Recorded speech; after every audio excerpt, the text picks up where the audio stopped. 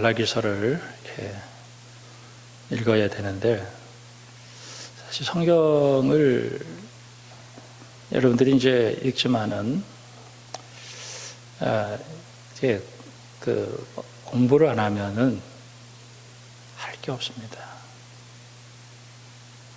공부를 하면 끝이 없습니다. 공부를 해봤어야 알죠. 공부는 그런 거예요. 성경을 읽어야지. 그러면서 막상 읽으면은 결코 쉽진 않은 책입니다. 그래서 이제 마태복음 읽다가 창세기 읽다가 이제 에이 모르겠다 그냥 덮어놓고 믿자 그래. 덮어놓고 성경책 덮어놓고 그냥 믿습니다. 이 어려워도 자꾸 읽어야 돼요. 그 피카소가 그림을 그렸어요. 어렸을 때. 그 아버지는 스페인 사람인데 중학교 미술 선생님이었어요. 피카소가 그림을 딱 그려오니까 아버지가 그 순간부터 오늘부터 그림 안 그릴 거야 그러는 거예요. 너무 잘 그린 거예요. 마치 사진을 그리듯이 그렸어요. 그래서 이제 얘를 이제 유학을 보내야 되겠다. 그래서 이제 프랑스 파리에 가가지고 공부를 하고 돌아왔는데, 머리는 장발에다가 옷은 다 찢어진 청바지를 입고 딱 나타난 거예요. 그림을 그렸는데 도무지 알아볼 수 없는 해괴망측한 그림을 그려서 때려쳐 이렇게 된 거죠. 그 피카소가 그림을 그렇게 그릴 때에는 자세한 그림을 한번 그려본 적이 있었어요. 근데 그걸 가지고 그 생각을 다 표현해낼 수 없기 때문에 단순화를 시키고 하다 보니까 그림이 그렇게 되는 거예요. 우리 그 그림을 보면서 에이 미친 사람이 그렸나? 이렇게 하면 안 되고요. 저 작가가 무슨 얘기를 하려고 하는가? 말라기서를 여러분들이 집에 가셔서 읽을 때, 저는 이 시간에 여러분 한 1, 2분 정도로 말라기서를 유학을 해주지만은 그 집에 들어가서 이렇게 한번 보는 거예요. 만약에 못 읽을 것 같거든, 집에 가셔서 밥상 위에다가 말라기서를 펴놓기라도 해놓으세요. 그리고 왔다 갔다 하면서 읽으세요. 사실 지금은 코로나 시대가 돼서 내 믿음 내가 지키지 않으면 신앙 못 지킵니다. 지금 뭐 교회 안 오는 것도 뭐 우리가 너무 위험한 시대가 돼서 저는 인정합니다. 그리고 직장 생활을 해야 되기 때문에 괜히 자기 때문에 또 코로나가 또 여러 사람들에게 옮겨지면 어떨까 해서 이제 염려가 되는 부분들 충분히 인정합니다. 그렇기 때문에 더욱더 내 믿음을 내가 지켜야 돼요. 말라기서는 이제 바벨론 포로에서 돌아왔습니다. 성전을 지었어요. 나름대로 신앙생활을 했습니다. 그런데 그들의 삶 속에서는 축복이 없었어요. 그때 말라기 선지자가 너희들의 신앙이 굉장히 형식적이고 그리고 잘못된 신앙생활을 한다. 너도 하나님 사랑 안 한다. 우리가 왜 하나님을 사랑 안 하느냐. 뭐 이런 얘기부터 시작이 되는 거예요. 그러면서 이제 그 11조에 대한 얘기도 말라기서에서 나오죠. 그게 무슨 11조 뭐 아니면 도둑놈 뭐 이런 얘기도 나오고 하지만은 그 얘기를 하는 게 아니라 성도들의 이 헌신이 너무 형식화되다 보니까 교회 재정이 떨어져 버렸어요. 교회 문 닫아버리는 게 낫겠다. 이제 그 정도로 간 거예요. 그 말라기 시대. 그러면서도 자기들의 신앙이 잘못됐다는 것에 대해서 몰랐어요. 나중에 이제 그 뒷부분에 가면은 이 광선이 비춰서 너를 치료해 주겠다라고 하는 얘기를 하면서 정말 우리의 이 신앙이 외형적인 신앙이 아니라 내 속에 이 진실함 그리고 이 구체적으로 이렇게 회복이 되어야 된다 하는 게 이게 말라기서가 되어집니다. 그럼 집에 가셔서 말라기서를 꼭 읽으시면서 여러분의 신앙들이 새로워지기를 바랍니다.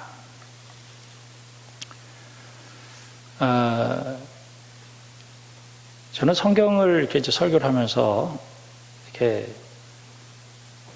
짧은 구절을 읽고 제가 설교를 오랫동안 한 적이 한동안 있었어요. 근데 이제는 이렇게 설교하다 보면은 이게 줄거리가 나오질 않았어요. 그래서 이제는 산에 이렇게 올라가서 그리고 호수공원에 가서 꽃을 하나하나 자세히 이렇게 보는 그런 것도 필요하지만은 정발산에 올라가서 이렇게 쭉 일산을 쳐다보는 것도 굉장히 중요하거든요. 제가 요새 설교하는 거는 그런 설교다. 여러분 그렇게 알고 들었으면 좋겠습니다.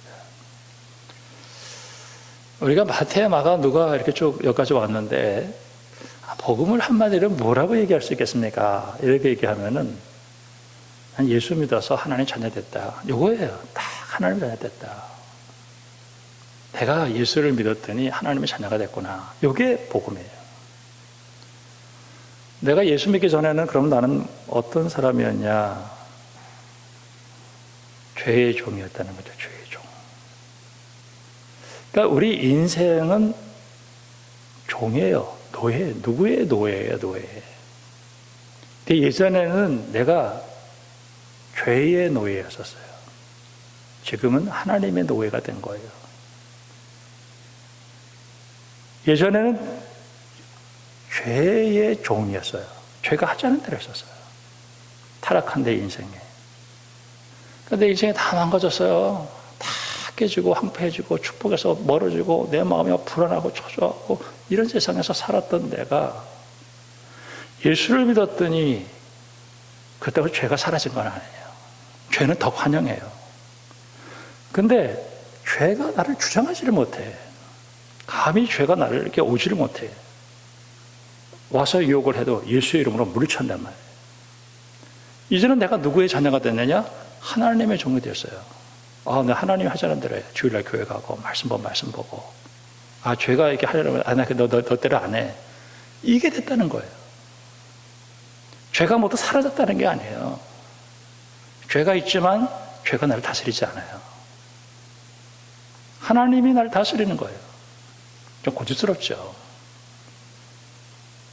그런데 복음이 와서 나를 이렇게 그 엄청난 축복을 열었는데 어떤 사람은 그거를 아멘 하고 받는 거예요.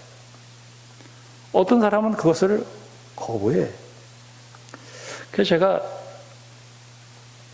성경을 이렇게 읽으면서 왜 이런 일이 있을까? 오늘 말씀 가운데 누가복음 13장 34절에 예루살렘아 예루살렘아 선지자들을 죽이고 내게 파송된 자들을 돌로 치는 자여 암탉이 새끼를 날개 아래 모음같이 내가 너희의 자녀를 모으려 한 일이 몇 번이냐 그러나 너희가 원하지 아니하다. 이게 정확하게 오는 거예요. 예수님께서는 그렇게 암탉이 새끼를 품듯이 품으려고 그런데 거절했다는 거예요. 왜 그럴까? 왜 그랬을까? 왜 이렇게 축복의 문이 오늘 여기서 생명에 이른다고 하지만은 우리 인생의 모든 문제를 주님이 해결해 주시기 위해서 십자가 지셨는데 그 축복의 문을 열기 위해서 이제는 죄를 버리고 하나님께 돌아오는 그 길로 초청을 했는데 왜 그걸 끝까지 거부했을까? 14장에 보면은 안식일에 예수님께서 바리새인의 집에 들어가서 떡을 접시러 들어가셨는데 그들이 엿보고 있어요. 그때 예수님께서 14장 2절에 수종병에 들린 사람이 있어서 그를 고쳐주었어요. 제가 이 수종병이라는 게 몰라가지고 제가 그 인터넷을 찾아보면서 수종병이 뭔가 했더니 어느 목사님이 설교를 해놨는데 수종병이 이런 거라는 거예요. 우리 몸에 수분이 어떤 한 장기 쪽으로 막 옮겨간다는 거예요. 그러면 다른 쪽의 장기에서는 수분이 필요하니까 계속 물을 마셔야 되는 거예요. 계속 물을 마셔요. 마셔도 또 마시고 마셔도 또 마시고 마셔도 또 마시고 마셔도 또 마시고 계속 마시는데도 계속해서 목마른 거예요. 이게 수종병이라는 거예요. 예수님께서 왜 수종병을 고쳐주셨는가? 저는 이 말씀 통해서 예수님의 이 복음을 예수님께서 주시는 이 은혜를 왜 사람들이 거절했을까? 영적 수종병에 걸렸다는 거예요. 우리가 그 14장 15절에 보면은 천국 비유를 쭉 얘기를 해줬어요. 그리고 이제 초청을 했어. 야, 내가 잔치를 벌렸으니까 너희들 와라. 1차 초청. 가겠습니다. 그 잔치에 가겠습니다. 이 잔치가 다 돼가지고 이제 2차 초청을 하는데 거부하는 거예요. 저는 밭을 샀으니 나가봐야 되겠고, 나는 소 5겨리를 샀으니 시험하러 가야 되겠고, 나는 장가를 들었으니 가지 못하겠고. 주인이 화가 났어요.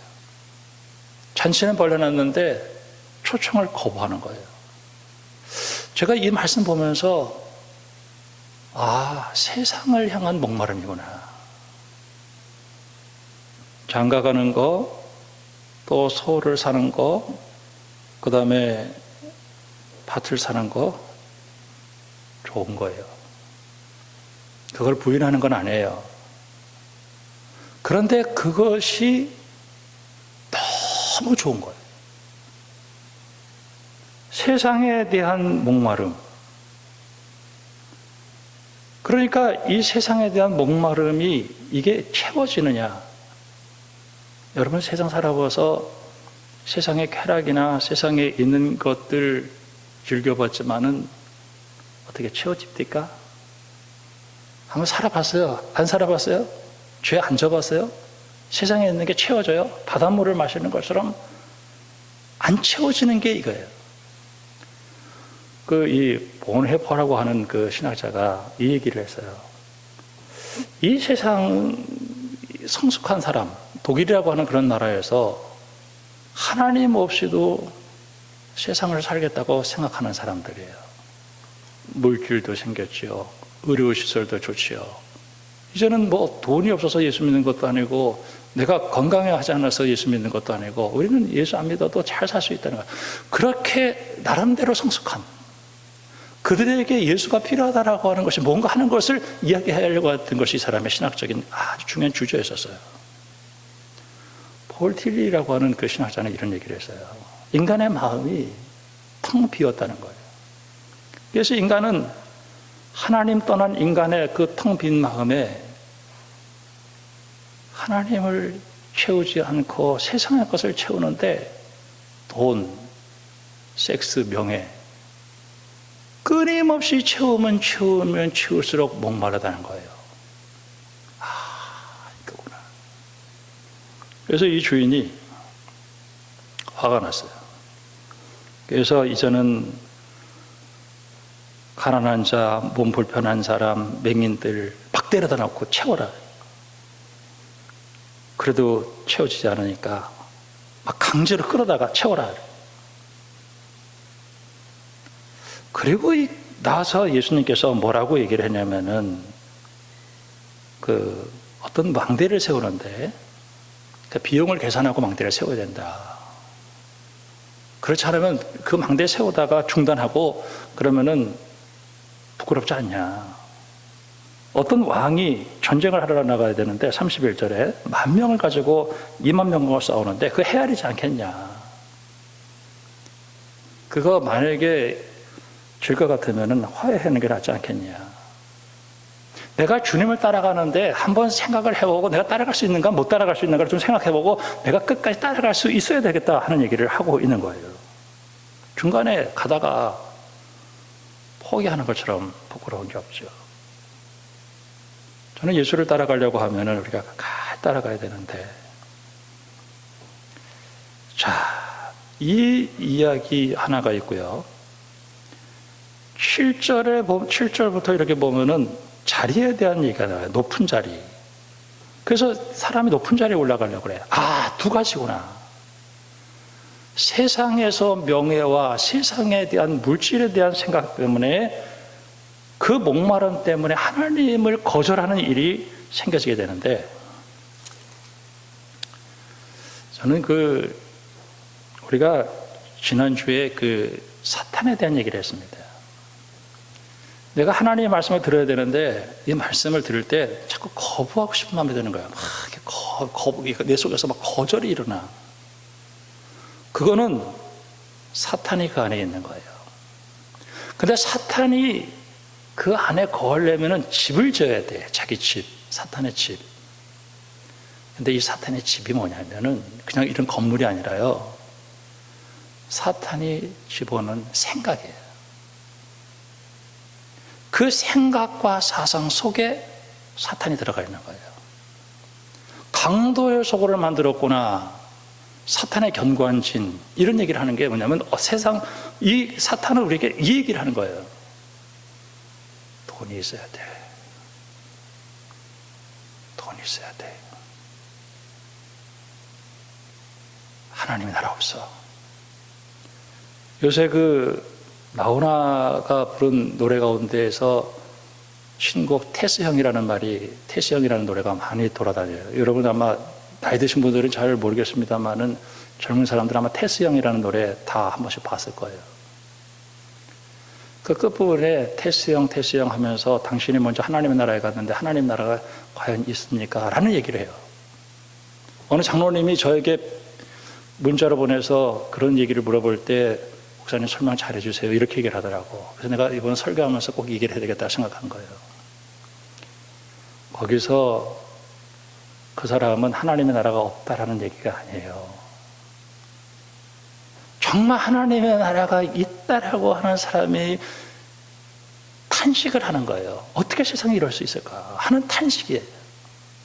탄식은 불신앙이 아니에요.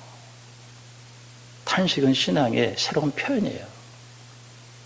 어떻게 세상에 이럴 수 있습니까? 라는 얘기는 하나님이 정말 살아계신데 이렇게 세상 돌아가는 걸 보면서 탄식하는, 여러분 욥기를 보면은요, 마치 욥의 탄식은 하나님이 없는 것처럼 보여질 정도로 강력한 탄식이 나와요. 하나님 어떻게 이렇게 내가 고난을 당해야 됩니까? 라는 얘기를 물어봐요. 좀 가르쳐주세요. 내가 왜 이랬습니까? 그러나 그 탄식이라고 하는 것은 정말 하나님의 나라와 하나님을 아는 사람이 얘기하는 역설적 표현이 되어줄 수 있다는 것이죠. 저는 이 세상에 이 사탄이라는 게 우리의 생각 속에 집어넣어주면서 돈에 대한 얘기를 해요. 저도 돈 좋아해요. 그리고 돈 많았으면 좋겠어요. 우리 성도들 다 부자 됐으면 좋겠어요. 그러나 이 목마름으로 채운다고 하더라도 우리 인간이 채워지지 않아요. 이건 하나님이 채워야지. 그런데 이 사람들은 그 사탄에게 속아가지고 이 생각이 속에 들어가서 자리를 잡으면은 교회에서 천당했습니다, 혹은 헌금하세요, 이러면 자꾸 튀어져 나간다는 거예요. 이 생각이 안 부서진단 말이에요. 이게 얼마나 강력하게 들어갔는지. 자, 오늘 13장에 보면은 빨리 끝날 테니까 여러분 걱정하지 마세요. 빌라도가 제사를 지내요. 근데 제물이 이렇게 있는데 거기에 피를 섞어야 되는데 피 섞을 게 없으니까 옆에 갈릴리 사람들이 몇 명 있었어요. 그때 빌라도가 칼로 사람들을 죽여가지고 그 피를 제단에다가 뿌려버렸어요. 사람들이 저거 죄가 많아서 그렇지 이랬어요. 그때 예수님께서 그들이 죄가 많아서 그런 게 아니다, 너희들도 회개하지 않으면 죽는다라는 얘기를 하는 거예요. 회개하지 않으면 죽는다.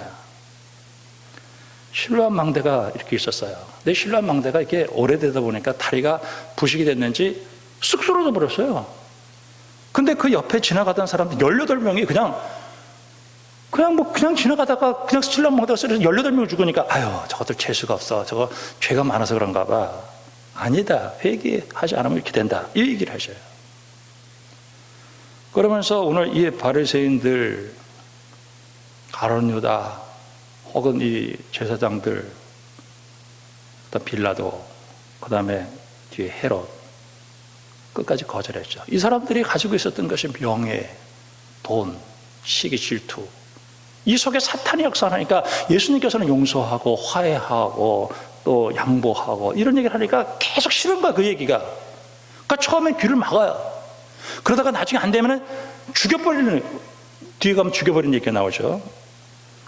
그러니까 이제 어떤 사람이 포도원에 무화과나무를 심었는데 열매를 구하는데 안 나는 거예요. 3년이 와서 계속해서 열매를 요구했는데 없어요. 찍어버리겠다 그래요. 예수님께서 올해 한 해만 참아주세요. 내가 두릅하고 거름을 줘서 열매를 맺게 해주겠습니다. 그렇지 않으면 찍어버리세요. 이렇게 얘기를 하시고 나서 어떤 얘기를 하시냐면 18해 사탄에 매인 어떤 여자가 꼬부라져 가지고 조금 더 펴지 못하는 여인이 있었는데 예수님 딱 고쳐주셔요. 이 얘기는 인간이 사단에게 붙들려서 도무지 구원받을 수 없는 사람이라 할지라도 예수님께서 한번 말씀하시면 그대로 치료가 되는 역사가 일어나게 되어지는 거예요. 그러면서 하나님의 나라를 얘기하는데 겨자씨 하늘 만한 19절에 그래서 공중의 새들이 와서 깃들었다. 가루 서말이 있는데 부풀었다. 이제 예수 그리스도 안에서 일어나는 생명의 이 역사가 아주 자그마하게 일어나지만은 이것이 반드시 큰 열매를 맺을 것이라고 하는 비전과 꿈을 얘기하고 있는 거예요. 절대로 낙심하지 않는 거예요. 야, 그들이 다 거부했어요. 예수님 죽이려고 그랬어요. 왜? 그들은 예수님이 생각했던 메시아관이 아니었기 때문에 그래요. 예수님 고난당하시고 가난하고 힘들고 그러는데 이들은 다른 생각을 하고 있는 거예요. 세상적인 메시아를 얘기하고 있었던 거예요. 그때 예수님을 거절했어요. 처음엔 귀를 막았죠. 나중에는 죽이려고 들었어요. 그러다 보니까 구원받은 자가 없다 이렇게 적습니다. 그럴 때 예수님께서 좁은 문으로 들어가기 힘써라. 예수님에게 나가는 그 길은 좁은 길이지만은 그 길이 천국 길인다. 어떤 사람들이 나중에 와서 열어달라고 했지만은 열어줄 수 없다. 그러면서 30절 말씀에 뭐라고 얘기하냐면 나중된 데로서 먼저 될 자가 있고 먼저 된 데로서 나중될 자가 있다.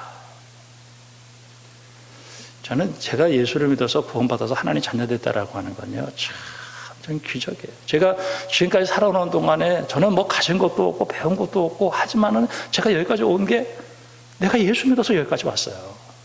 저 예수님께서는 저에게 이렇게 열어주셨어요. 저는 내가 예수를 믿었다라고 하는 건 기적이에요. 우리 집에서 제가 예수를 믿었다라고 하는 건 기적이에요. 기적 중에 기적이에요. 그래서 제가 지금 목사를 하고 있다는 것도 얼마나 감사한지 몰라요. 나중된 자가 먼저 되는 수가 있었다 하는 얘기를 하시면서 우리 주님께서 여기서 이제 얘기하는데 헤롯이 당신 죽이려고 합니다. 이랬어요. 헤롯이 당신 죽이려고 합니다. 왜? 예수님께서는 헤롯은 예수님을 보면서 아마 시기 질투를 느꼈을 거예요. 아마 사람들이 따라가고 이러니까. 그러니까 죽이려고 왔죠. 그때 예수님께서 저 여우에게 이르라. 오늘과 내일은 내가 귀신을 쫓아내고 병을 고치다가 제3일에 완전해지리라. 오늘과 내일과 모레는 내 갈 길을 가야 되겠다. 신경 쓰지 않는다는 거예요. 나는 십자가 지고 죽어서 인간 구원을 위한 길을 내가 열어놓고야 말겠다. 내가 암탉이 새끼를 모으듯이 내가 수없이 너를 품으려고 했지만 너희가 거절했다는 거예요. 제가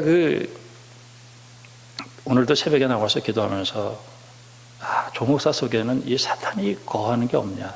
저도요 제가 자매하고 교제를 좀 한 적이 있었어요. 이 전사님은 속에 한이 왜 이렇게 많으세요? 그러더라고. 제가 참 한이 많이 맺혀 있었던 그런 모습이 있었나 봐요. 내 스스로도 생각해 보면서 저도 신학을 하면서 좀 신학이 좀 과격한 신학을 좀 했어요. 뭐 해방신학도 하고 뭐 민주신학도 하고 그랬는데 거기에 한번 이렇게 심취가 되면요 모든 게 싫어지는 그런 게 있어요. 그랬을 때 이건 아니구나. 그래서 이걸 부수는데 그 생각, 그 사고, 그걸 타고 들어오는 사단의 역사. 더 쉽게 얘기하면 내가 하나님의 말씀을 들을 때 아멘이 안 되고 자꾸 뭔가에서 자꾸 하나님의 말씀을 거부하고 거절하려고 하는 것은 이 집이 들어와 있는 게 아니라 사고가 들어왔고 생각이 들어왔는데 그 생각 속에 사탄의 역사하는데 이것이 부서져야 되겠다는 거예요. 성령의 기름 부심으로 그 생각이 부서져야 돼요. 그리고 어느 순간은 내가 예수님 말씀하시면 예수님이 너무 좋고 예수님 말씀하시면 아멘 하고 순한 정말 양이 되어주는 거예요. 사랑하는 성도 여러분, 오늘 제가 참 많은 얘기를 했지만은 내용은 간단합니다.